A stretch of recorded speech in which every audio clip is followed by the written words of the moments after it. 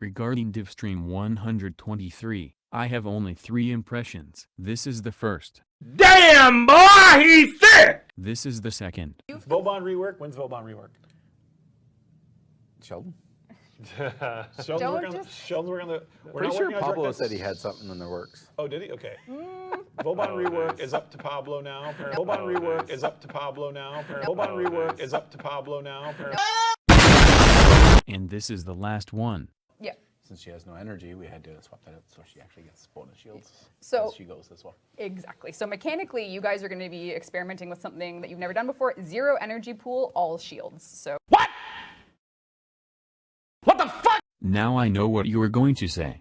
You're fucking stupid. Why are you complaining about Hildryn when she's not even in the game yet? Out of all possible ideas, we get a warframe built entirely around the mechanic of shields, which as we all know,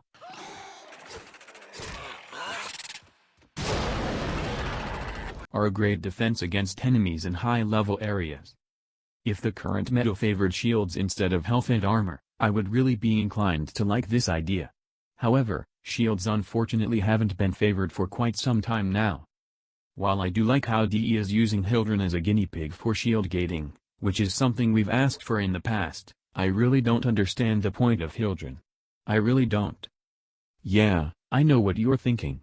Hildryn doesn't use any energy. She can get shields back instantly from picking up energy orbs, and her maximum shield capacity looks to be pretty high. Why are you angry over a shield-based warframe?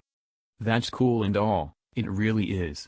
Assuming that Hildryn's max shield capacity without any mods really is 4545, that's honestly cool, because that would make Hildryn probably the first warframe where taking redirection is an actual requirement for any build on her. However, my first problem with Hildryn lies in the fact that DE is making her entire gameplay experience revolve around the management and usage of shields, which can be drained from her own ability usage and by conventional damage from enemies. Having over 4000 shield capacity is cool and all, but what does that really mean when a fully charged shot from Hildryn's exalted weapon costs 300 shield capacity? her first ability is actually her custom Balefire. Well, it's called Balefire. So it's this, incredible launcher. It launches basically energy fire rockets that you can charge like a pistol. So if you've used any charge-based weaponry, you press 1 to equip her Balefire. So you got your Balefire on, and then you can shoot. If Hildryn's abilities cost energy as well as a small amount of shield capacity, I honestly wouldn't have a problem with her, but because her entire kit is built around the one thing that's supposed to keep her alive, I find this warframe to be the type of design that's unique, but stupid at the same time. Unless the Balefire exalted weapon deals a fuck ton of damage, I really don't think having a weapon that requires shield capacity to be fired is a good idea, especially in a game where enemies start dealing retarded amounts of damage beyond level 100, and in a game where slash and toxin damage exist. Now, I know what you're going to say. Toxin and slash damage don't matter against Hildryn, you dumb fuck. Her second ability cleanses status effects, and it gives her armor too. Yes, I know that as well. I even realized that Hildryn's second ability can steal shield capacity, which is also cool, but I have to ask. How many enemies in the game have shields? I'll wait for you to answer that question. Besides the Corpus, how many enemies in the game have shields? Infested enemies don't. Sentient enemies besides Eidolons don't. Most Grineer enemies don't have shields. Since the majority of enemies in the game don't have shields, Hildryn's built-in method of restoring shields is not only indirectly nerfed, but it's weak to begin with, because I don't know if you've noticed, but high-level enemies can kill non-tanky warframes pretty fast to begin with. I want you to watch how long it takes for my hero to get deleted.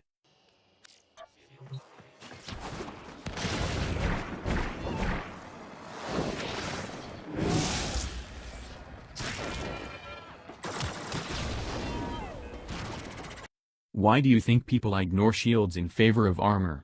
Shields suck in Warframe because they offer no direct damage resistance against enemies, and now we're getting a Warframe that is 100% built around a mechanic that does not grant direct damage resistance. That's really lame.